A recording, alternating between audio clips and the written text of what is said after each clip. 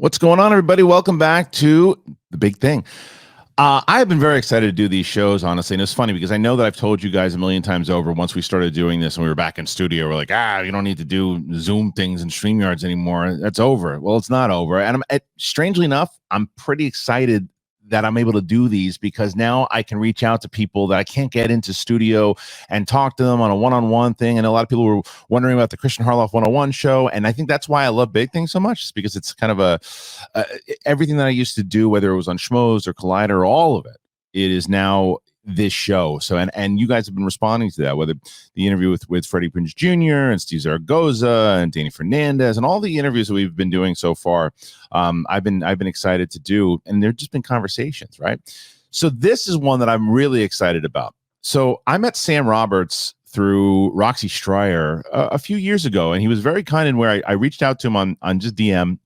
And he had, obviously, you know how involved he is in WWE, and I wanted to get his thoughts and stuff on Schmodown, and he was so kind and told me he fucking hated it. No, I'm just kidding.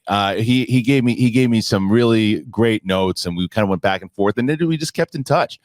And I did his show last year, and it was a lot of fun. But I want to talk to Sam about a lot. Obviously, his involvement in WWE, his show with Jim Norton, all the stuff he's gotten, taken another show to YouTube, how he manages all of it, to be completely honest with you.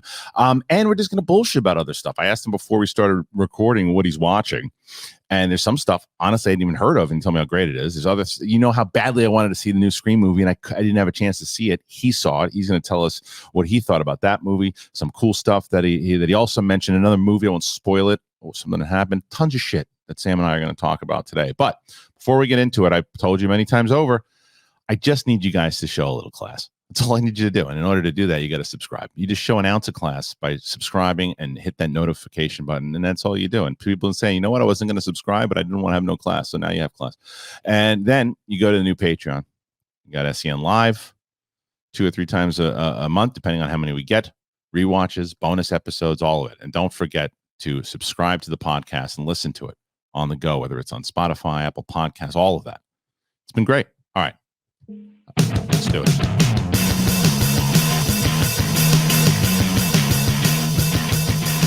Welcome back, everybody. It's The Big Thing.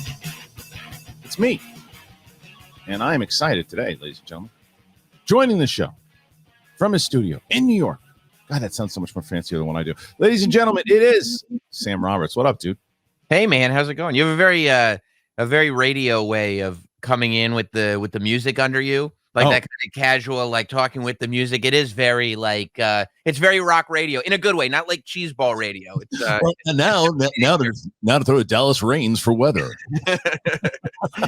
Yeah, maybe it's because you also have a good broadcasting voice that it's like, oh yeah, this sounds like what it's supposed to sound like. Well, it's not real. It's all forced. I actually sound like Urkel. It's terrible. How are you doing, man? You doing good? I'm great. Yeah, man. How are you? I'm well. I think that last time we talked, we were in the same kind of circumstance, but a bit different, if that makes any sense at all, with the way that the pandemic was and kind of getting back into it. But you're in New York, where it was really crazy a couple weeks ago, getting better now. How's everything kind of affecting, because you're super busy with whether it's WWE stuff, your show with Jim, the stuff you're doing, that's what I asked in the beginning. How are you handling all this stuff, and how are you able to manage all of it? Well, it's been interesting in a good way. I mean, obviously, from launching shows like this, that I think that when the pandemic came, like, we all rethought how we can do things, and it's kind of spilled over into now that we can kind of get back into a studio. There is still this stuff that we did from home that is still good, and we can still now kind of add to everything. So it's like, yeah, I've gotten to a pretty fun place of doing stuff in studio and doing stuff from home, and having that confidence, right, of like, we know how to do stuff from home now, so it's not a worry that any of the shows are going to cease because of any reason other than ourselves. Like Jim Norton, who I do the show with on Sirius every morning, popped positive for COVID right after the holidays. So it was like our first show back after the holidays, and then he popped positive. But we had the set, like we learned how to do the show from home for a year and a half before we were back in the studio. So it was like, we just went back to doing things that way. And then once, the 10 days or whatever was up, we were back in studio and yeah. Well, it's funny that you say that because I was so hesitant to do these types of shows again because I was like, oh, we just got past that, right? And then I did an interview, and I was again, I shouldn't say interview, it's a conversation I had Freddie Prinze Jr. on like a couple weeks ago, and we were talking, and I was going back and listening to it because I wanted to. I would give myself notes on the show, whatever, and I'm listening to it on the podcast, and I'm like, you can't even tell. It seems like we're in the room. I mean, I definitely like the energy when you're sitting across from somebody and able to do it. I feel you get more out of it, but I don't know, man. I was like, okay, maybe I'm convincing myself now that I can do these more, even when this shit is died down, because I can get to talk to people like you. I can get to talk to people like Matt Serra, who is on this show frequently, also does something with Jim. Have you ever a chance to geek out with Matt at all? Yeah, we've had Matt on the show a few times. Matt, it's one of my favorite people to have on. I wish he came on more often, to tell you the truth, because, I mean, he's hilarious. Just like the best. Yeah, I think the last time we had him on, I think he didn't realize he was going to be on for like an hour or an hour and a half or whatever, and he did the whole thing on his phone in his car. Sounds right. With that Matt Serra energy the whole time. Guys, I didn't know I'd be in my car the whole time. I'm sorry. I had him on. We were talking. He loved Dune. Loved it, right? So he came on, he's like, yeah, bro, and we're getting into the whole thing. He's like, he was setting up, I had to get him through this setup, because like you said, he wanted to do it on his phone, but then he's like, I'm gonna do it from my computer. So we had to go through all the setups to get him on here. It was a process, but it was a blast. And I love talking to Matt Serra, man, because he obviously in MMA how knowledgeable he is, but he's very knowledgeable in like a lot of geeky shit, because that's what he does. He whether it's Spider-Man, he was on his way, and we can just kind of transition to this because we talked about it. Ghostbusters, he was on his way to see Ghostbusters on the day that we shot, and he was all, that's what he does, in whether he's on the road or whatever. And so I'm glad you got an opportunity to hang out with him, because he's one of my favorite people. Yeah, I mean, I like people, and I'm sure you're the same way, because we're probably the same way as people too. Anybody that just gets super passionate about the things that they like. Yeah.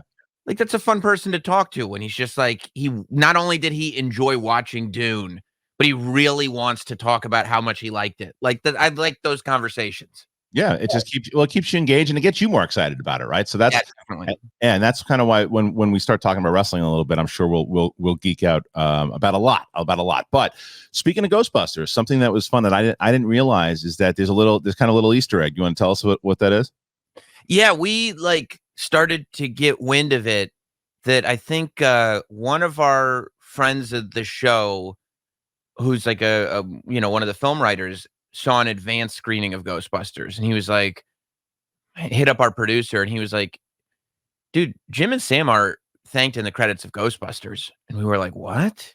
And he was like, yeah, it says thanks to Jim and Sam on Sirius XM. Like, it's definitely us. Thank you to Jim Norton and Sam Roberts from Sirius XM for photos or something. And we were like, what? And so like I hit up Jim. I was like, did you know anybody doing Ghostbusters, and give him a photo? And he was like, I have no idea. And then people started, and I was like, maybe it's just in the preview screenings. But then it came out, and like, God bless the fact that post-credit scenes exist, because now everybody stays through the credits. Right. So like, so many people saw the credits of that movie, and we kept getting hit up going, why are you in the credits of Ghostbusters? And we were like, we don't know. I have no idea. And we were like, maybe it was a scene that got cut, but we didn't do anything. Like, we didn't give anybody, like, we didn't say here, we didn't send anybody a photo. We didn't shoot anything. It was just there in the credits. And then finally a friend had a friend who knew the director that hit him up. And he said that if you look at this, one of the scenes where one of the kids are on YouTube, okay, they used a Jim and Sam photo in the thumbnail. Okay. And I was like, oh, and I didn't see it, the movie, but everybody that's seen it is like, I didn't see that in the scene, but I was like, look, that's what they said, and it's in the credits. So I don't, like, that's it. Like, we're in, even if we're not in the movie, being in the credits is just as good. Like, this is a historical document. They finally did the Ghostbusters thing right, and they did such great service to all the fans and everything. And I mean, my name's in the credits, so that counts. That totally counts. It means that Jason Reitman is probably watching your show. Yeah, it means it's got to. Yeah. It's awesome. You guys should have him. You should have him on now. Hey, that's a way. That's a way to get him. Hey, you thank us in the credits. Come do the show. Yeah, you should do the show. I mean, we're in the credits of your movie. This shouldn't be that big of an ask, right? It's us and Bill Murray. Come on. That's amazing. That's fun. So yeah, a couple different things here before we get into the meat of this. But you were talking. I was asking you. I always ask the guests right before they come on the cool shit they're watching, what they're into, and you just told me about this thing that I'm not familiar with, and that's Archive 81. What is that? Yeah. So Archive 81 is a series on Netflix that I don't remember how I found out about it. It's new. Like, it was just a week and a half ago. Yeah. But I had heard about it and whatever. I watched the trailer, and it's basically the story of this guy. He's like a New York guy, and his job is he's an archivist. Like, he takes analog media and transfers it to digital. It's what he does. Like, he repairs VHS tapes and film reel and stuff like that, and he transfers it over to digital. And like, I don't know, there's like, I'm such a VHS geek from back in the day that caught my interest, because I was like, oh yeah, I remember having to get the tape and get Scotch tape and put it together and flap the thing down and do the. So I was like, oh, let me give this a shot. And I think James Wan is the EP of it. There you go. And so I'm watching, and it's amazing. Like, I was in Tulsa, and so I was on a bunch of planes this last week, and I watched 7 episodes like through the flights. Yeah. And I loved it. It's like the guy goes and he ends up in this like very isolated house in upstate New York, where he's got this very mysterious assignment to go through all these like Super 8 tapes or high 8 camcorder tapes from like 1994 and digitize them.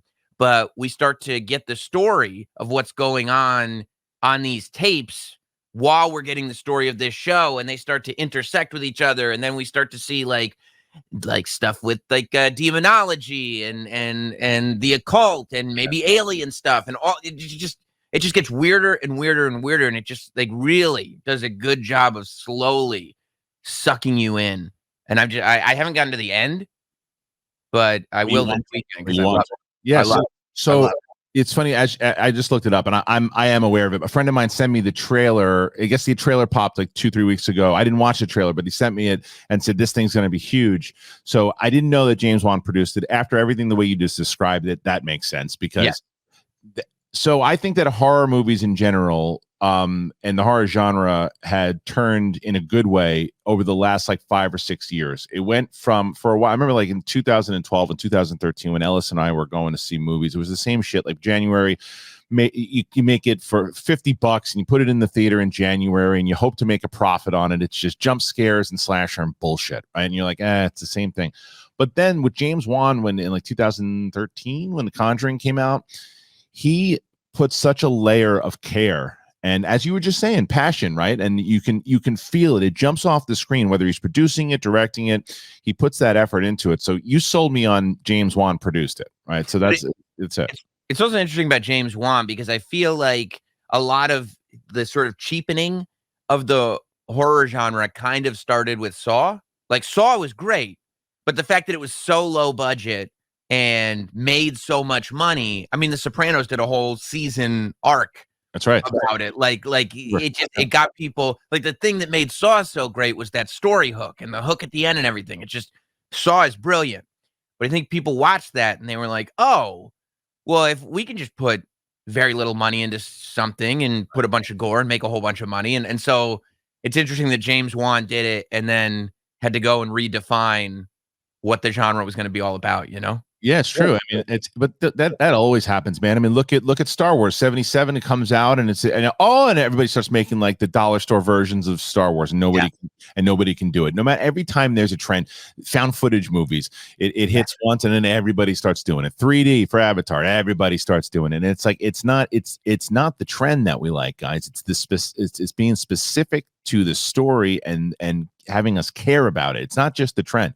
However, what I will say, the trend that's working right now, and I've been bringing this up a lot, is what we were just talking about with Ghostbusters, whether it's Ghostbusters, Cobra Kai. They just announced the Christmas Story. They're doing a sequel to Christmas Story on HBO Max, but Billingsley, Ralphie's coming back in the sequel with Vince Vaughn producing. Nostalgia is the thing right now. right? And nostalgia done right. I just had a great conversation with Mark Bernardin about this, and nostalgia done right. And he said it brilliantly. He's the writer. I'm not. And he talked about like a sprinkle of it on nostalgia done right. Chef's kiss. When it's the meat of it, that's the problem. And you can't lead with nostalgia. It can't be the only thing you got. You can pitch it with nostalgia, but you got to have that, that thing. And I think that's what a lot of the Christmas stories. Do you give a shit about Christmas stories too? I mean, I love as a Christmas movie, and I don't really love Christmas movies that much, but I mean, A Christmas Story is incredible, but I don't don't care what happened to them after that movie, like I'm good, like with that story and the ending, and they're in the Chinese restaurant, and it's like, good, we told the story. Yeah, I'm not, I say I'll watch it, but I probably won't. I probably won't watch it. No, I love the first one. I'll probably watch the first one again. Right. But I do think it's a brilliant move for HBO Max. If it was coming out, in the theater, I'd be like, oh, you're taking a shot here, right? But because HBO Max, what do you got to lose? You give Vince Vaughn, and they're good friends, and you have him do this. He finally got him back. Peter Billings has been producing shit for years. He's not really acting in anything. He pops up here and there, whether it's in a Marvel movie or whatever. But to have him do this 40 years later, it's a smart move for HBO Max, because, like you said, you'll be browsing around one day and go, should I try it? I remember that conversation I had with Harloff. Should I? Nah, I'm going to stick to what I said. I'm not watching it. Or you might say, well, fuck it. Let me watch 10 minutes of this thing and let me see what happens. And I think that's why it makes sense. And that's why I think all these streaming platforms, the way that they're doing it right now, the battle has kind of begun. But you can mention all these. I assume that your genre is horror. That's what you gravitate towards. Yeah, I really do love horror. Yeah. Yeah. What's your all-time favorite horror film? Is it Exorcist, like everybody else? No.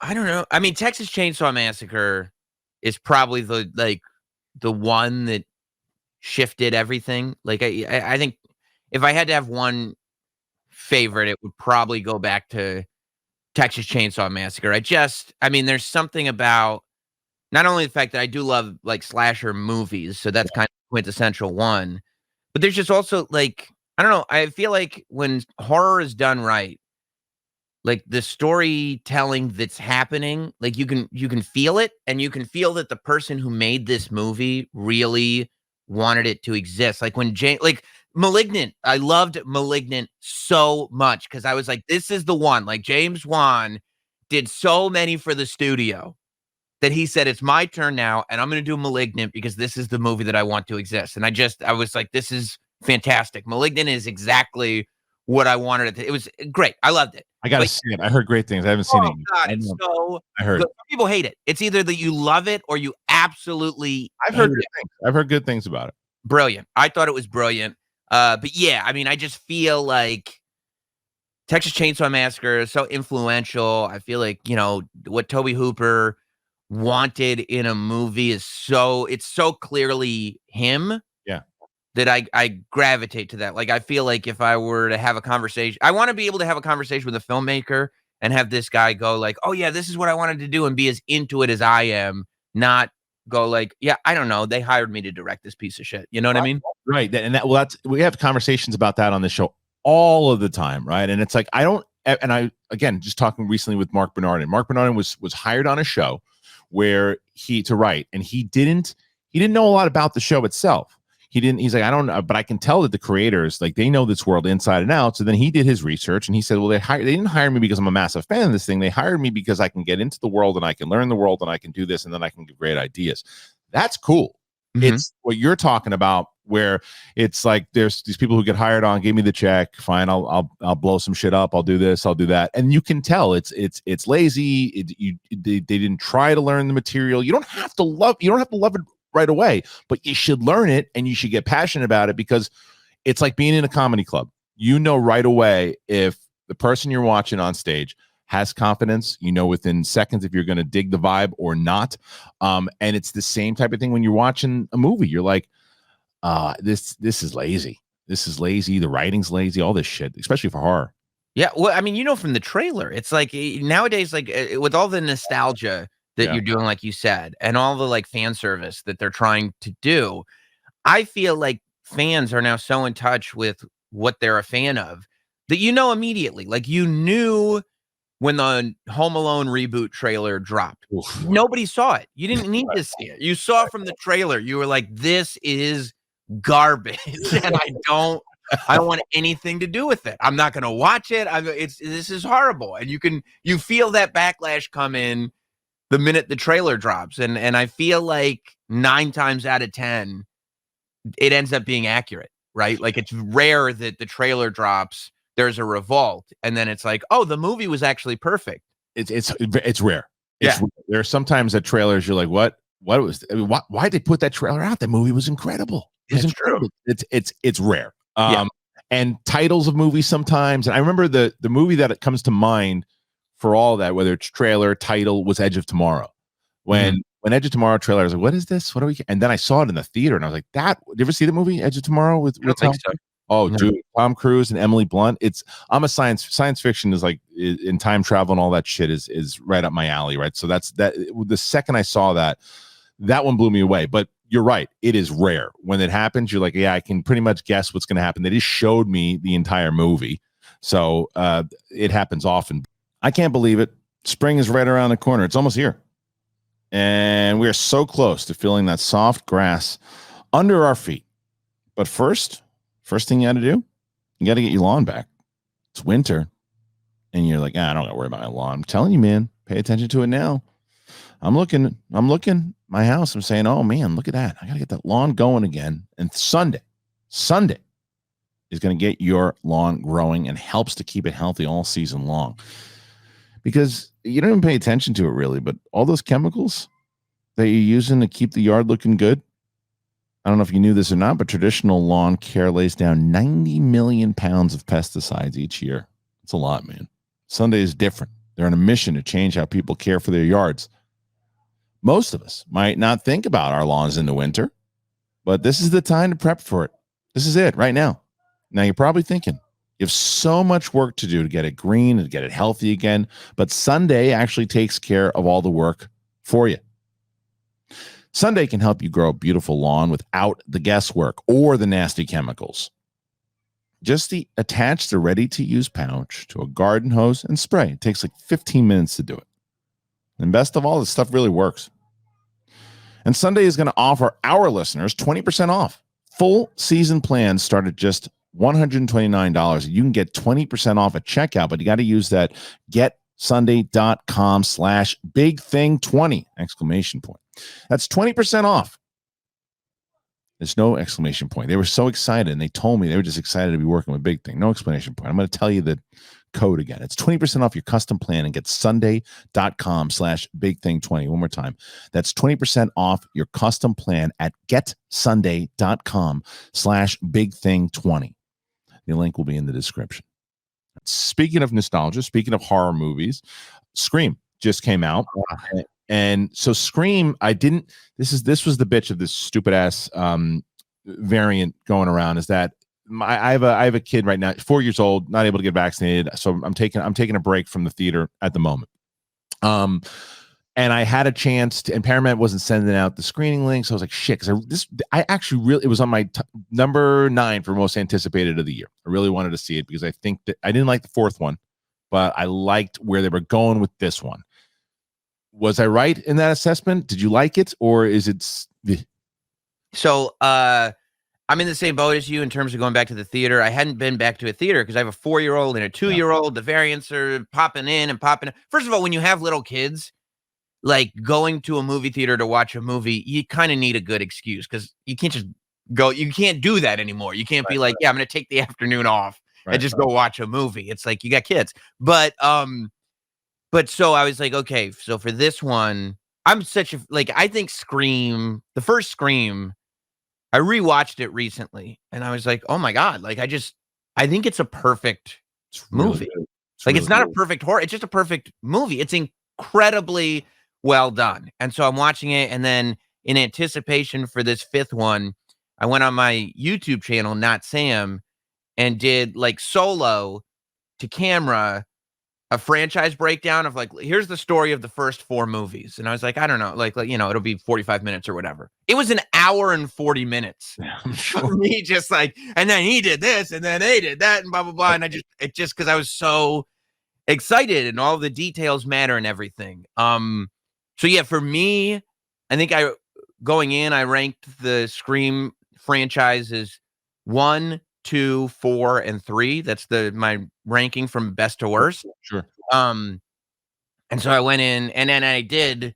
So I was like, okay, I got to go see it the weekend it comes out for sure. I can't have anything spoiled. I can't, I'm going, it's too important. I'm good. This is the movie to go back to a theater for. Right. And I had a thing to do on the Friday. And I was like, oh, because I want to go during the day because you got kids. And I'm the same way as you. So I'm like, let me schedule. And I was doing this before the pandemic anyway, because I'm antisocial. I love figuring out when the theater is going to be like almost empty. Same. Right? Like Friday at 11 a.m. is like a private screening. Exactly. Yeah. So I was like, okay. And then so I figured out, I go, okay, here's what I'm going to do. I'm going to wait till the kids are in bed, even though I'm wiped out. Thursday night, 10:15 showing p.m. So it's like that way, like most people are back. No one was there at Thursday at 10:15 because people are back at work and back at school. So what kind of it's in New York is different. Maniac. People are back at work, people are back at school, and Omnicroms is everywhere. So it's like, who's going to? So I got it was pretty empty. It wasn't like empty, but it was still pretty good. Like I had a nice amount of room around me. It wasn't a Spider-Man crowd. No, absolutely not. And I'm going to tell you, I loved it. Oh, great. Like, I mean, I'm leaving and I'm still, recency bias is a thing. It's either the third or possibly second best movie in the franchise. It might be the best, and I'm leaning towards the best over one. No, since one. It one. might be the best since one. It's just they do such a good job of not like they're not. It doesn't feel like they're stretching the story. You know how like by the 4th sequel, I think that was the problem with Scream 4. It felt like this story, it's the same story, just being stretched a little further, and you're like, gimmick. It's a bad gimmick. Exactly. Yeah. It felt like they were not trying to stretch the same story and tell the same thing. It felt like they were going back to the original. They were catching that spirit, that feeling you got from the original. Yeah. They were catching that, and they were applying it to the logic of making a horror movie in 2022. You know what it was, Sam? It was fake Razor Ramon. Yeah, you're right. That's what it was. Big Titan coming out in that purple vest. Yeah, I was like, this is not. It looks the same, but this is not the same. But I thought like the killer was angry and aggressive and it felt like it was what you were saying earlier. It was that sprinkling of nostalgia. It didn't rotate around the characters that are now in their 50s from the original. It rotated around a new cast, and they did a really good job of finding a strong new cast that then they could sprinkle in, Sydney and Gail and Dewey in a meaningful way that made sense, that made it so like, okay, this is not a rehash. This is not a stretch. This is actually, and they also did a good job of like, the original Scream is so uniquely reflective of the audience and the time, right? And genre fans and everything that wasn't really happening. And I felt like they didn't really nail that in Scream 4 to be reflective of fans at that time. Like they were trying to, it is so reflective of the way genre fans react to film now. That's great. Scream always was. That's what Scream always was. Yeah. And what the other ballsy thing about it, what people aren't really talking about enough, is that it's the first Scream movie that's not directed by Wes Craven. Right. So, and that's a huge deal. Yeah. So Matt Bettinelli, Alpin, and Tyler Gillett did these. I'm not familiar with the guys, and they did Ready or Not. I don't know if you saw Ready or Not, but it's great. I'm like. When Schmoes was we were doing our thing, Ellis was always the horror guy, right? And I was, like I said, it wasn't to me that I don't like horror. when I see it, I just want to be challenged a little bit more. That's why I loved Conjuring. Conjuring, like people were shocked because I gave it like 5 out of 5 when I saw it, because I was just like, that's a movie. I don't care if it's sci-fi or whatever it is. That's a movie. And Scream, the original Scream, loved it. One of my favorite movies, definitely. But then this one, I'm glad that my instincts were like, this feels different. It doesn't, because I didn't like 4. I was like, I remember seeing it, people were like, oh, it was really good. I liked it a lot. I'm like, everything you just said, I was bored with it. I felt like I saw it a billion times. But this one, I'm glad to hear it. I have heard great things. I already wanted to see it. And now once it hits, hopefully it's going to be on Paramount Plus soon. I think that hopefully within the next couple of weeks, because I will be watching it then, and because I'm planning on getting back to the theater hopefully in February, because I have a bit more of an excuse than say, you do, like as you were mentioning, that you just can't, when you have kids, you can't just run out and say I'm going to see a movie. Luckily enough for me, I can turn to life and go, I gotta cover this one. Right. Yeah. And so that I'm back to doing it. Dude, I use that excuse so much. Like when you have a radio show where you talk about anything and then also have a whole side business that's devoted to wrestling. Right. Like I can't even use a straight face sometimes. Like I'll go like, I got to go play Spider-Man on PS5 because I'll probably talk about it on the air tomorrow. Like it's like, what are you talking about? Yeah, why did we spend all this money? Why didn't they buy it? Well, I figured they did enough. They did enough. I'm gonna put the research into this one. Yeah, no, we're doing a whole bit about. I'm gonna talk about how it's funny that I'm building Legos on the show tomorrow, so I got to go downstairs and build some Legos. Yeah, you won't see me for like 2 days. Yeah. So just leave me alone. Speaking of which, so let's talk about some of your shows, man, because like you're super busy. The first is I've been a fan of Jim Norton for forever. Like he's just as a comedian, I was always in awe of him and how just fearless he is, and just his personality in general. I loved him when back in the first Louis show, like all that stuff that he's doing. How did you guys hook up in the first place? Well, I met Jim back in the day. I interned for Opie and Anthony while I was still in college. And that's where I met him. How'd you get that gig? Let's start with that. How'd you get the gig? I was at Syracuse. I was doing a lot of college radio and stuff like that. And Opie and Anthony was my show. I was a huge Opie and Anthony fan. I listened to Howard. I listened to Wendy Williams here in New York. This is before she was on TV and everything. So that was kind of like my 3 people that I listened to. I appreciated Imus and what he was doing. I didn't listen to it, but my dad did. I kind of grew up with my dad listening to Imus. But so like I sent packets starting the beginning of my junior year. I started sending packets to every sort of major radio station show in New York early and going like, hey, I'll be home this summer and I'd love to intern. And so like I had my list and my addresses and my resume and my CDs with my radio air checks on it.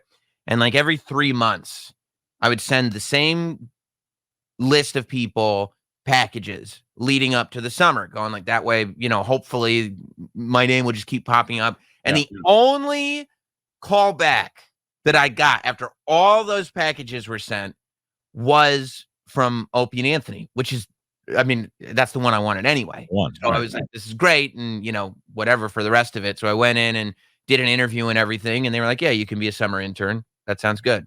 And so I interned there that summer.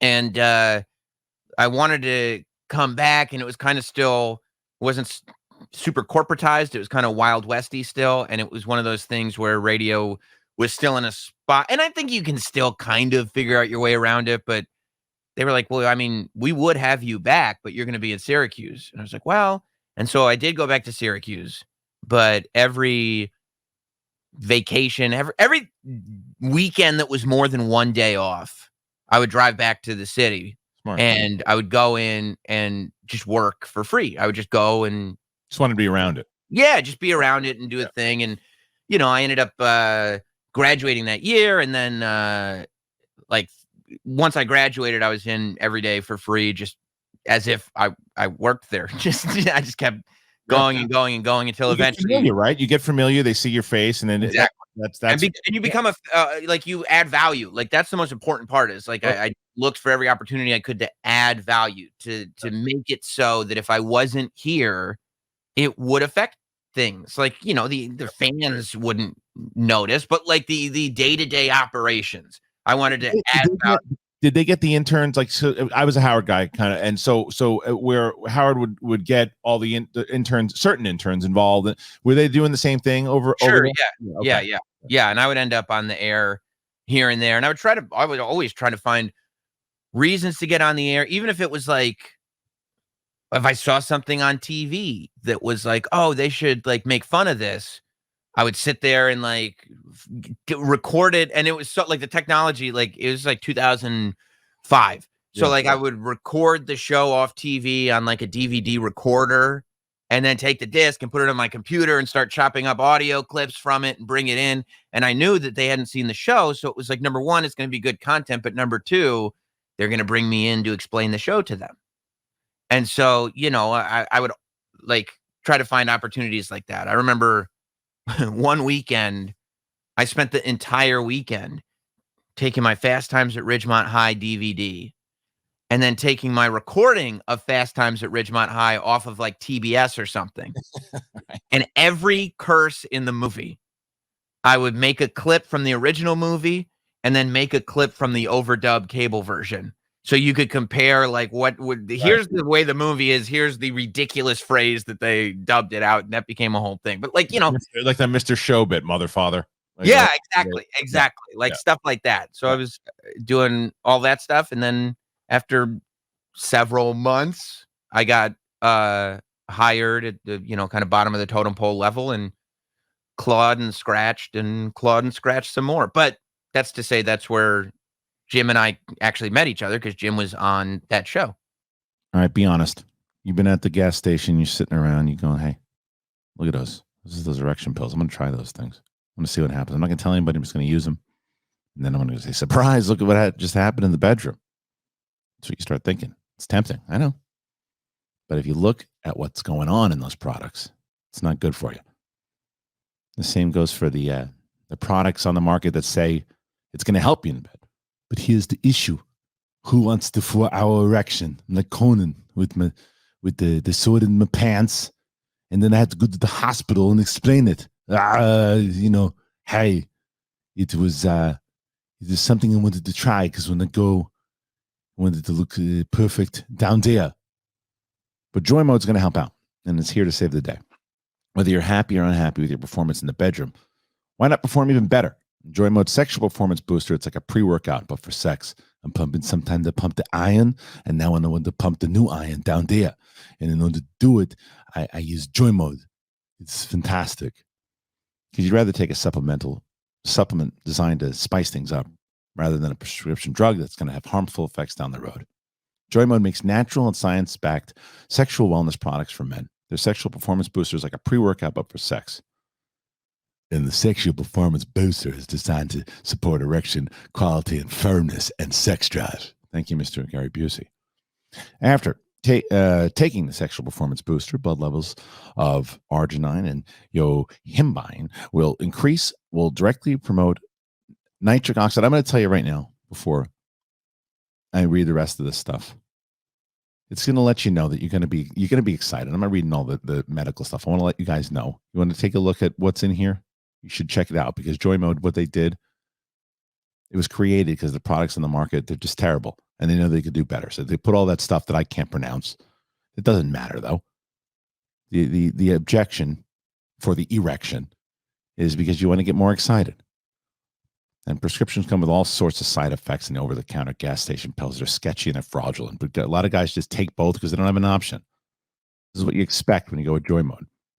Tear open the sachet, you mix it with 6 to 8 ounces of water, just like an electrolyte packet. And for best use, consume it anywhere from 45 minutes to 4 hours prior to sexual activity. You're going to notice better blood flow, better erection quality and firmness, and increased sexual energy and drive. If you want to spice things up in the bedroom and boost your sexual performance and do it naturally without the nasty prescription drugs, special offer for you. This is for the Big Thing audience. You go to use joymode.com/big thing. I mean, how appropriate is this? Come on, JOYMODE with a big thing. or enter Big Thing at checkout for 20% off your first order. Use joymode.com. Use joymode.com/big thing for 20% off your first order. Thank you, JOYMODE, for partnering up with the Big Thing. I mean, there's no other show it should have partnered up than the Big Thing. Links in the description. It's funny, Bernardin just keeps coming up because he's just such a great dude. I don't know if you ever had a chance to speak to Mark Bernardin, but he's the best. He hosts the Fat Man on Batman show with Kevin Smith. And so I asked a similar question on how they met, and he was telling me the story and how it's just funny, like whether you and Jim, and how you got to have that chemistry with somebody, and you got to have those things that a lot of your personality is different, but a lot of it, you have a lot of things that you both relate to, and you got to be able to both have, you can't, and correct me if I'm wrong, but I assume, because I've never met Jim, but you can't be someone who gets easily offended around and be friends with Jim Norton. You just can't. No. And I mean, no. But I also, I think that's kind of, I don't know, I guess there are most comedians that are kind of trying to be in that space of creating comedy content. Like if you're somebody that's waiting to be offended, like that doesn't really lend itself to creating. It used to be like that. Comedy. It used to be like that. Now I can't even tell you how many comedians that I've seen get offended at stuff, and I'm like, I guess that's true. Yeah, I guess that's true. I can't believe I came up from the Comedy Store, so like I was talking 2 a.m. I saw Blue Iris blow a guy on stage. So I don't get easily offended, and being in that club, I thought anything could happen, and literally anything happened. So maybe I'm like my grandpa when it came to like, grandpa, you're old school, but like I just see comedians get offended by shit now, and I'm like, but aren't you a comedian? Like I understand people, but especially, I mean, and you'd have to go through like of course there are some things that it's like, yeah, that there is. You can go over the line, right? Like there is a thing where it's like, that's not cool. Like there's plenty of stuff that's not cool, but at the same time, there are plenty of times where it's like, what this is, and what the intention was there. And I don't know why you're not acknowledging it. It's a fighter going, oh man, I didn't know I was going to get punched in the face. Right. Right. Like, I understand. Like, look, if you're just someone who's tweeting, you're not a comedian, you're tweeting out and you see something, or you watch a special that you don't like, you have every right to go, I'm offended by that. I don't like that. I think that's bullshit.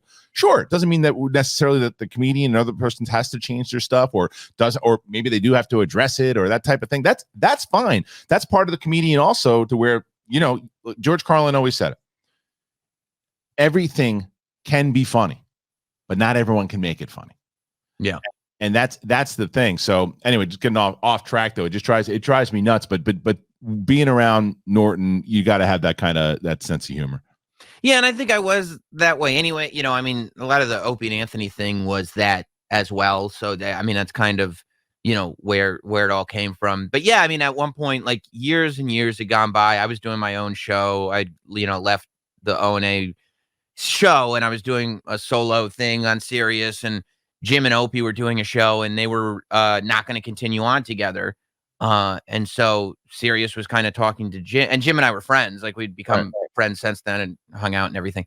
And so I think Sirius was talking to Jim about, well, what do you want if you're going to do a show with Opie? Like, we want to keep you here doing a show. Like, what do you want to do? And Jim was like, I don't know. And I don't know if Jim suggested it or if somebody suggested it to him and went, well, what about Sam? Like, Sam's doing his own thing.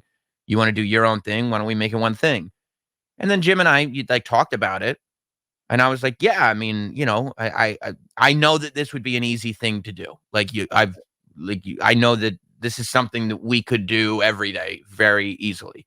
So I think it would be fun. And Jim was like, yeah, I think it would be great. And so, yeah, we tried it and it worked. And we're on our, I think, sixth. This is our 6th year. We've done, 6 years. I'm so glad that we started talking about your show, because I just remembered an interview that you did from years ago. And I have to ask you if you've heard from this person since. The little bagel guy. You remember that guy? Remember that guy? Is he still around? Last time I heard, he had like a stroke and went to the hospital. Uh-oh. Yeah. And then He was wild. Yeah. I mean, we had fun with him for a bit. Yeah. And then like you kind of saw like, oh, there's a real anger here. Like this is a really like this is a person that's got some deep-seated He kicked anger. Like, kicked that woman out of the car, man. Like, what? He was a fucking lunatic. And we were covering him on Collider Live, but then I remember looking at interviews, and the first one that came up was you guys, and I watched, and you interviewed him brilliantly, by the way, because you knew exactly who you were talking to and how to get stuff out of him. It was like where we were in on your joke, but he wasn't, and I loved it. Yeah. Yeah, I mean, I enjoy talking to I enjoy talking to people like that. I like, getting into just watching, just let me see how your brain works. And I'm gonna keep asking you questions. So we can just keep watching your brain process. Like there's just something extraordinarily interesting to me about that. But then when it starts to get like, oh, okay, this is a thing that can get dangerous at some point. It's like, okay, let's wheel it back now. Let's you guys are interviewing a lot of great people too. And that's I'm assuming and guessing, and you could tell me if I'm wrong, but is that kind of how you started to get into the wrestling world through that side also? Because you had a lot of interviews through, I remember, I think Hogan was on there, tons of wrestlers that you've had on. And because it was so close with Stanford and people kind of coming in, is that how you got connected inside of working in WWE? Or was that something totally different? Yeah, kind of. I mean, it was one of those things where, so we would have wrestlers on Opie and Anthony, and I was such a wrestling fan that like I would always somehow, be involved in it, whether it was usually making fun of me for something or having me ask dumb questions or whatever it was. Like I would just get involved, and the same publicist, Joe, would always bring the wrestlers in and have a good time. And like I don't even remember who it was, but somebody came in and they were promoting WrestleMania, and they were going to do the WrestleMania press conference like 3 blocks away in Times Square. And so publicist Joe was like, Sam, are you can go to the press conference? And I was like, it's not open to the public, right? And he was like, no, but it's open to the press. And I was like, yeah. And he was like, Sam, you're the press, like you work in media. I was like, oh, what? And he was like, yeah, like it never occurred to me. Like this is a thing that it's not a stretch. Like I don't have to sneak in. I could just be like, this is a media outlet that I work for. This is what it's for. And I was like, I can go? He's like, yes, like you're just such a fan that it's like, exactly. You don't even think to do it until you're like, oh wait, I can use this pass for things. Yeah. The guy go, I can go. He's like, yeah, do you want to interview anybody? And I was like, I can interview people there? He was like, yes, come. I was like, okay. And so I went and I brought a recorder and a camera. And at first, like I would go and just try to get sound bites for the show, which would never really, in my opinion, work out very well because like I couldn't like poke fun at anything there because like if you were going to make fun of a pro wrestling press conference, you would have to make fun of me. Like this is my world. Like it doesn't make sense for me to go and be like, hey, how stupid is this? Because the reality is I would go, this is actually not stupid at all. This is the greatest place in the world. Yeah. So then I was like, I just started doing interviews there about like as a wrestling fan for wrestling fans and putting them up on YouTube. And that kind of started to gain traction over years and stuff of doing it. And there wasn't a lot of that going on YouTube at the time. There were only a few of us that were getting these interviews and putting them up on YouTube and stuff. So that started to kind of grow. And then I ended up going to like a ton of events, and I would go to the press events and then I would go to the shows, and it would just be one of those things where all the wrestlers would have all done interviews with me 100 times at that point. And everybody knew me. Like I was just always around. Yeah. And similar to what happened with Opie and Anthony. Exactly. Yeah, exactly. Yeah. So it was just like, oh yeah, that's Sam. Sam's one of our guys. Sam's cool. Yeah. And eventually by the time that I was not like a lackey, and it's always awkward too, because like there's like a handful of guys that met me very early on. So they're like, isn't that the kid that got the coffee? And it's like, yeah, but I don't get the coffee anymore. Like you can't, like, and you got to kind of show your evolution sometimes. You took the bumps. Yeah.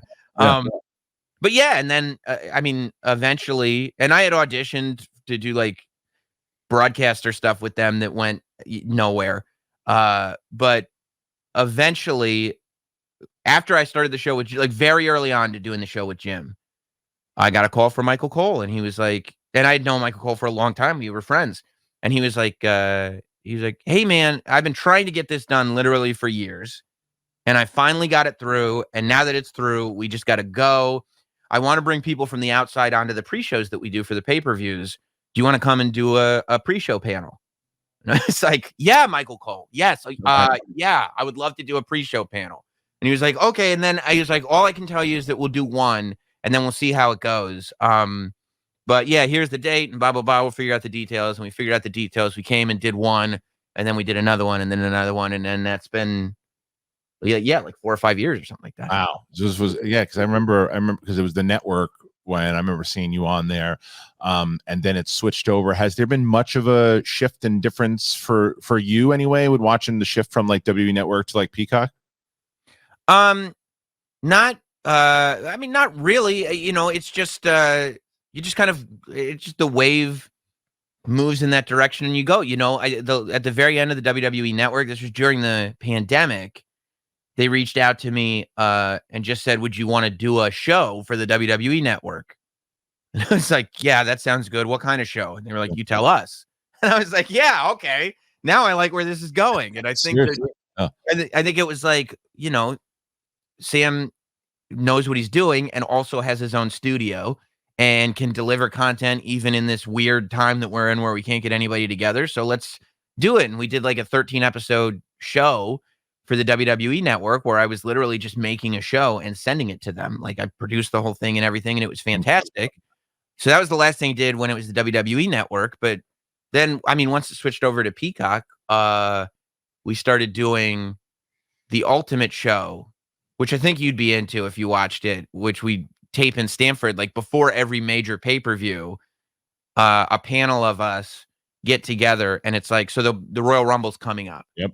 So right before the Saturday before the Royal Rumble, the Ultimate Royal Rumble will be on Peacock, where it's me and a couple other guys, and we fantasy book the Ultimate Royal Rumble. And can it be from anybody from any point in time? Every era. Love that. Yeah. So you go back and you go through every era, but I'm sitting there going like, so you want me to be on a show where we just sit there for an hour and we fantasy book wrestling, and that's a WWE show and I get to be on it? Like what? Like it's like Willy Wonka and the Chocolate Factory. It's like insane. It's crazy. Fun. You got a good gig there too, because you don't have to worry about taking hits. You don't got to worry about, you just interview people. So I would assume the answer is yes. You're exclusive to them, but does that mean though, are you able to interview other talent on the, like, say Jim, like obviously in your show on Peacock, no, because you got to do WWE talent, but on, if let's say Jericho wanted to come in and have a conversation with you guys on Jim, on your show with Jim, are they weird about that, or you're open to it? No, I'm actually not exclusive at all. Like, I mean, the original deal of, as much as it doesn't seem like it anymore because I'm just around so much, like the original deal of we want an outsider to come in and talk about this stuff is still the deal that we're doing. So yeah, I'm not going to like go on the WWE Network and be like, "Hey, you should watch the competition." Like that really wouldn't make a ton of sense. But yeah, when I'm not doing stuff with a WWE logo on it, I can do whatever I want. That's cool. Yeah, because I know you're a wrestling fan in general. So I mean, I guess, and if you don't want to get too much into it, because you don't, that's fine. But have you watched any of their stuff too? You'd rather not even talk about it. No, totally. Like I actually was just on my podcast this week on the Not Sam Wrestling podcast talking about how much I'm enjoying the fact that CM Punk is like doing Bret Hart tribute matches in AEW. Like I don't know if you've seen this, but like he's done a couple of matches now that are almost move for move. They're at least like the key spots are replicating key spots in like classic Bret Hart matches. And like, I love it. Cause I love watching stuff like that and like realizing it as it's happening. Like I recognize that from somewhere and I'm like, oh my God, this is Survivor Series 95. They're doing it. Like this is amazing. He's a real star of the game too. So that doesn't surprise me at all, but I think that I was just having that conversation recently about how because and I think you and I talked about this last time, but my journey in wrestling was so weird because like I was a massive, like the golden era is like still it's my favorite era, and then dropped out of it for a little bit. Attitude Era got me back into it in college, got the job writing for them during the Attitude Era, and then after that, I was off wrestling for maybe 15 years. Didn't start watching it again until I started really working on Schmodown. Wanted to get back into it. The WWE Network was like heaven sent because I could go back, watch old shit that I used to like, and then start to get caught up on new stuff.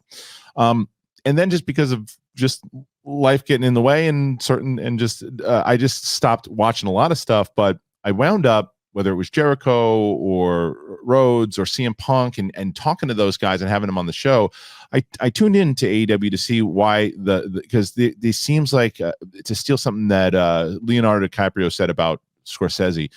At the moment, they seem like they're making punk rock, as where and I think that for WWE, they're comfortable in the concerts and the tunes they've been playing for a bit, but it's similar to me what went down in the mid 90s, late 90s with WCW, where I think they need that kick in the ass. So what's it been like as far as, because it's not just like TNA anymore. It's not just like a little, like they're making a move. So obviously, as a fan, competition's good, right?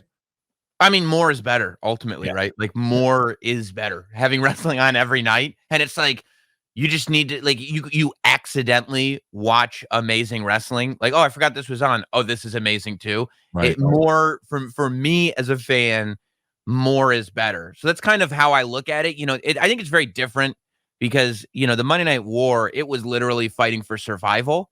And I don't think anybody's fighting for survival at this point. You know what I mean? It's like it's as interesting as it's been in forever, but like every company's staying in. I mean, the big companies are staying in business, right? It was Game of Thrones in the late 90s. Like exactly. Yeah, it was Red Wedding stuff when somebody would have the Raw. Oh, Raw just lost. Oh, we're going under. Like WWE almost went under. But you're absolutely right. There's no world where one of these companies right now goes away. It's not a risk. But you talk about punk rock wrestling. What I've really been loving is post-pandemic independent wrestling is just coming back so strong. Like there's just so much talent that even two major organizations can't house it all. And you're just seeing amazing stuff come from the independents, like this Jersey independent promotion, Game Changer Wrestling, that's been running for years, and people wrote it off as like a deathmatch promotion and whatever. They just started gaining steam in the last like year to a year and a half, where it's got like everybody talking. Streaming has made all the difference in the world because now everything has a global audience potentially. Yep. And they're getting ready to run the Hammerstein Ballroom, which is not a thing that independent companies do. I mean, ECW did it. It's incredible in New York City. So yeah, I just, the industry as a whole, it's so much fun, and it's almost like that's why people are like, oh, do you like this? Do you not like that? Shouldn't this be better? Shouldn't that be better? It's like, if you like wrestling and you can't find something that you like right now, you don't like wrestling. Right. It's all happening. Like, something Kate Hudson in Almost Famous. It's all happening. This is it. Like, it's all you have to do is put a minimal amount of effort to get your eyes on something, and you will find it. Like, it's just so much. And even in WWE, like, even like there's this sort of thing that, like, the corporatized whatever. But man, if you turn on SmackDown and you follow the Roman Reigns, Paul Heyman, Brock Lesnar story, it is a movie. It is some of the best stuff ever. Especially where Roman Reigns has been, where it's like fans were booing him even though he was a baby face and they couldn't find traction, and his WrestleMania main events and blah, blah, blah. And to watch this guy over the last year and a half, mega new character. It's the best. Well, Paul Heyman's my guy. Paul Heyman is Paul was, when I was there, was very kind to me, was very encouraging to me, was a lot of things. And I always feel that he's around when those big kind of moments happen. And I wonder how long he was pitching Roman as a heel. I wonder, I gotta say it's a long time. And I don't think, I mean, knowing Paul Heyman as I know Paul Heyman being around when big things happen, I don't think it's an accident. No, I don't think it's not a coincidence. You know what I mean? What he's so brilliant about too is that he'll come up with an idea and pitch it, and you won't even realize he just did that. Like Exactly. in the middle of a conversation, he knows how to. What got me in with him he asked me at the table. He said, "Let me ask you a question. If we told you right now that you're not going to get this job, what would you do?" And I said, "Well, Paul, I would leave. I'd come back and I'd probably write you another letter next week and try to say, hey, I was thinking about it, and this is the way I want to get in now." And he said, "Well, that got you the gig." When I like that particular, but he also said there was something you said inside of your thing about words and how they manipulate the audience. And with him, when he's having a conversation with someone, he'll throw in a couple things that he wants to happen, but it's in a conversation. He's not basically going to say, "This is what we need to do." He'll just put it in like a random conversation, have like a line that pops in there, and in your head you're going, "Oh, wait a minute, maybe we should do this." And he's a magician. Yeah, that's that old salesman trick of like making it your idea, right? Like you like getting what you want to happen, and it's like, okay, if I can make that Kristian's idea, all of a sudden, hey, good idea, man. Yeah, why don't we do that? And boom. And who gives a shit if you got the credit for it, because it happens. Doesn't matter. It's like yeah, and that's the key, right? If people who want credit for everything, I don't understand it at all. It's like you want the thing to happen. Credit doesn't matter as long as you get the thing done, right? Yeah, and it's you can still get credit through reputation. And that's what Paul Heyman does. Paul Heyman does it through reputation, because what you and I just said, he's there, he's involved, and you know that even though he's not saying, "This is what I did," you know that he probably did, because that's what he's got. That's his reputation. Like, does he get enough credit for ECW? As much credit as he gets? Probably not. But the fact that it's 2022 and we're still talking about a company that went out of business over 20 years ago, that's the credit, right? That's it. That's the end. And he went to become like and when I was there, it was 2001, and I can only imagine 20 years later what it's like now. But Vince, very much so, when Paul talked, "All right, buddy, what do you got?" You could hear like just the conversation that he had always when Paul talked. There's probably something good that's coming, right? Like that. And that was 20 years ago.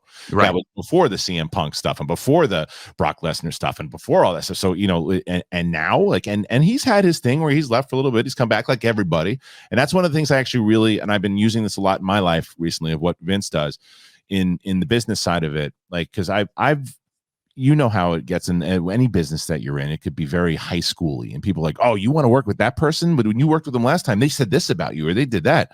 Who gives a shit? Can we make money together? Can we do some stuff? Like, or can we get along in the next run? I've worked with people where it's like, oh, people are like, "Oh, I can't believe that you're working with that person again." And the last time, like, yeah, but we realize we can do business together and we can make it work. You can't hold grudges. You can't do that. And that's something like whether it was Ultimate Warrior or Bret Hart or all these things that Vince was able to do down the line. It was like, I remember that. I remember being on a plane with Vince and all of them, and somebody talking about Ultimate Warrior and how he'll never come back. He didn't say it, but someone on the plane, "He'll never come back. He'll never do this. We hate the Warrior. We hate the." But he came back and did a speech and all that stuff too, because that it also worked. It was legacy, and it was also a matter of making another buck. Yeah, and it's also, I don't know. I think I think there's such a like the Bret Hart story. It's similar, right? Like it's always better. It's you never look at somebody who held a grudge and went, "Yeah, they were right." You know what I mean? Like, that's never a happy story. Luckily, they held a grudge and they never spoke again and remained angry. Like, that's not a thing that anybody should aspire to. The way I look at all of this, I mean, WWE, serious, independent ventures, everything business related. Let me know what you need me to do. Right. Whatever you need. Like, what can I do for you? Like, you tell me. And if it's nothing, all right, let me know when I can do something. And if it's like, and I'll go, I'm going to go do a good job. You're going to say thank you. I'm going to say you're welcome. Let me know when I can do it for you again. That's it. Why burn bridges? It's just it's easy. It's easy. It's easy. All right. Before we get out of here, dude, tell me. So the YouTube channel, you started it what, 2-3 years ago? Well, technically, I mean, it's been around forever, right? It's the same Right. YouTube channel that I was uploading wrestling. Really going after it. Yes, yeah. In the last couple of years, in the last 3 years or so, is when it's been more like creating content specifically for YouTube. Part of it was building this studio, and it's like once I built the studio, I want to, I want to use it, right? I want to use the studio. So I do a show called Sam Roberts Now twice a week over at youtube.com/notsam. That's a live show where I just go on, usually fairly topical, but it's like that's where I did the Scream show. Yeah. That's where I do a lot of horror franchise breakdowns, but I'll also talk about, if there's like sort of topical viral stories, nothing serious. It's a very lighthearted kind of fun show. But it does, I tend to draw from whatever's trending and just give thoughts on it. Also over on that YouTube channel, Not Sam, and I see the poster behind you and I just love it so much because my friend Ian Fidance, who's a great comedian here in New York, he had never seen The Sopranos before. So he's watching it for the first time now.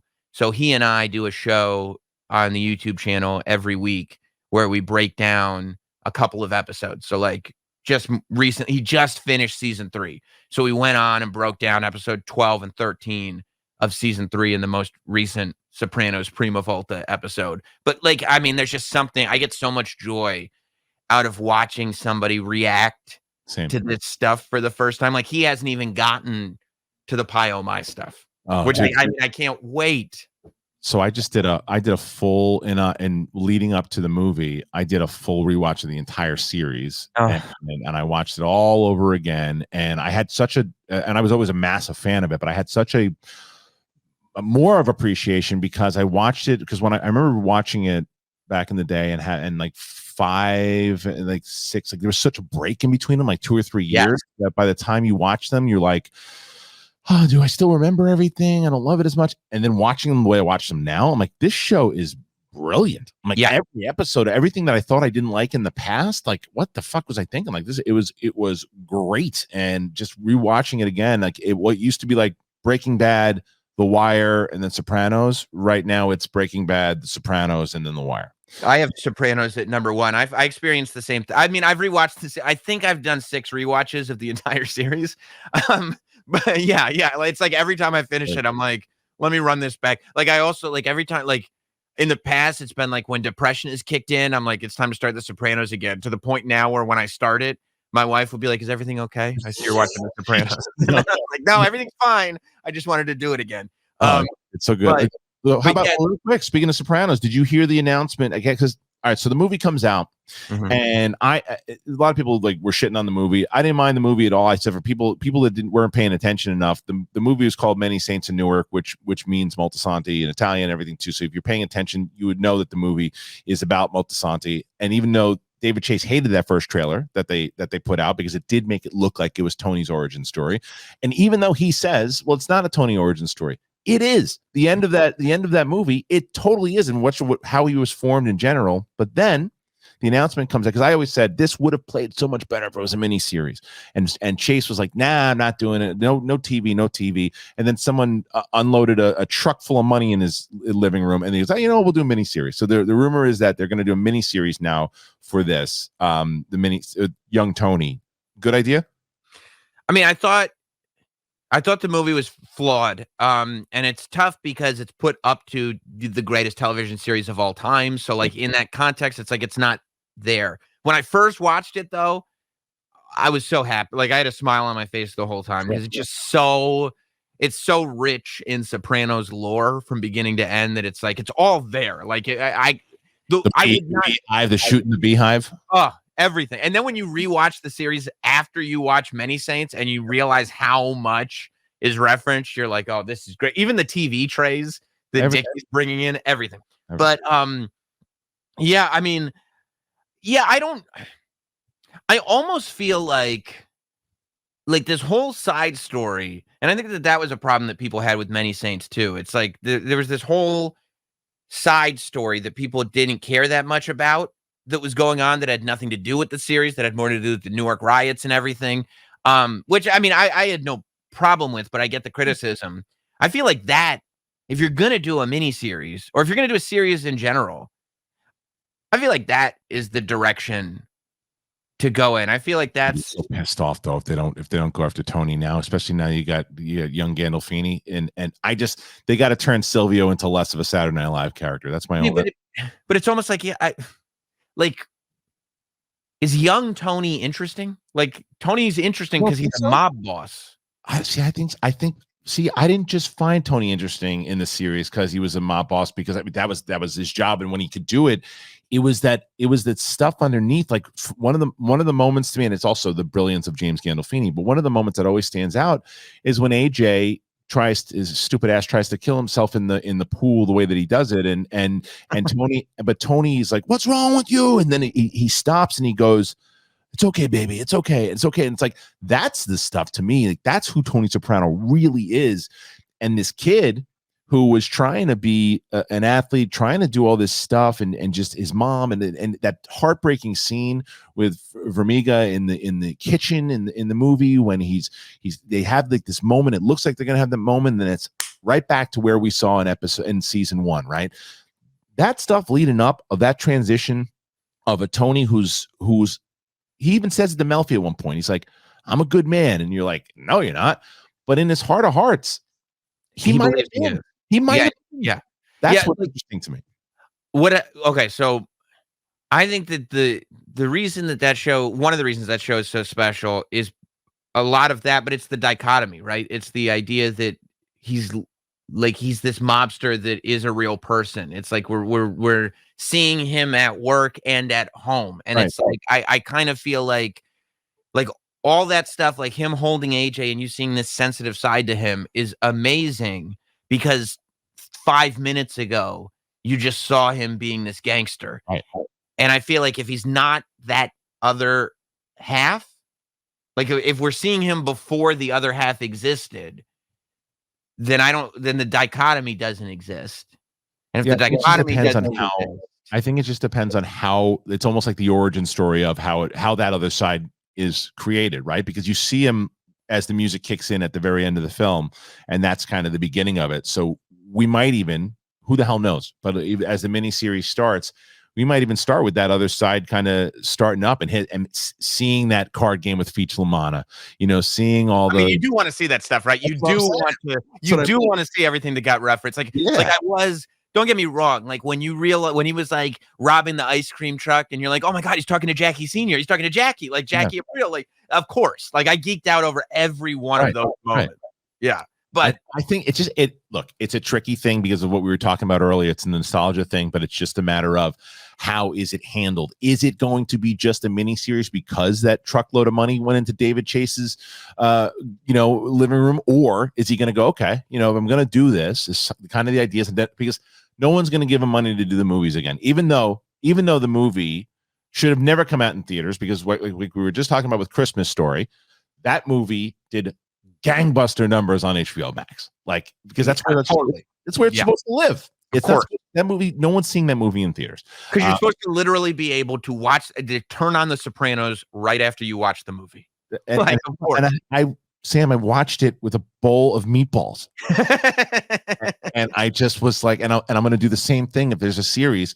My wife just drinking Coke and eating spaghetti. Like I was before my birthday. I had a big bottle of wine, and I'm just just like leave me. I had a robe on. I was everything. I'm just like slamming it down, and I'll do the same thing for the miniseries. Yeah. So either way, the Sopranos, by the way, when Sopranos comes out and there is a miniseries, you and I should do kind of recap episodes of those for sure. Oh, dude, I will talk about the Sopranos and anything related to the Sopranos. Did you listen to Sharippa and Imperioli's show? Here and there. I got the book, so I'm reading the book. Okay. Yeah. Okay, because that show's great. Anyway, look, dude, this was fun. I'd love to do this again with you for sure. And if you're in LA, once this dies down, for sure. And I'm supposed to come out to New York because Matt has invited me on to their show a couple times. So I'd love to maybe catch up with you, and we'll grab lunch or whatever it is when next time I'm in New York. Yeah, definitely. Anytime. Just let me know when you're in New York. I'll do the same, and we'll definitely do this again. Awesome. All right, everybody, check out Sam. Check him out, his YouTube channel, and follow him on Twitter. It's not Sam. And then they can find the Jim and Sam show on Sirius. Yep, Sirius XM channel 103 every morning. All right, there it is. Ladies and gentlemen, it is Sam Roberts, and this is the big thing. And one more time, guys, show a little class, will you? And hit subscribe button and hit that notification button. We're just asking for a little bit, an ounce of class. And remember, the Patreon tiers do that. And the podcast, Apple Podcasts, Spotify, anywhere podcasts are found. This is the big thing. I'm Kristian Harloff. See you next time.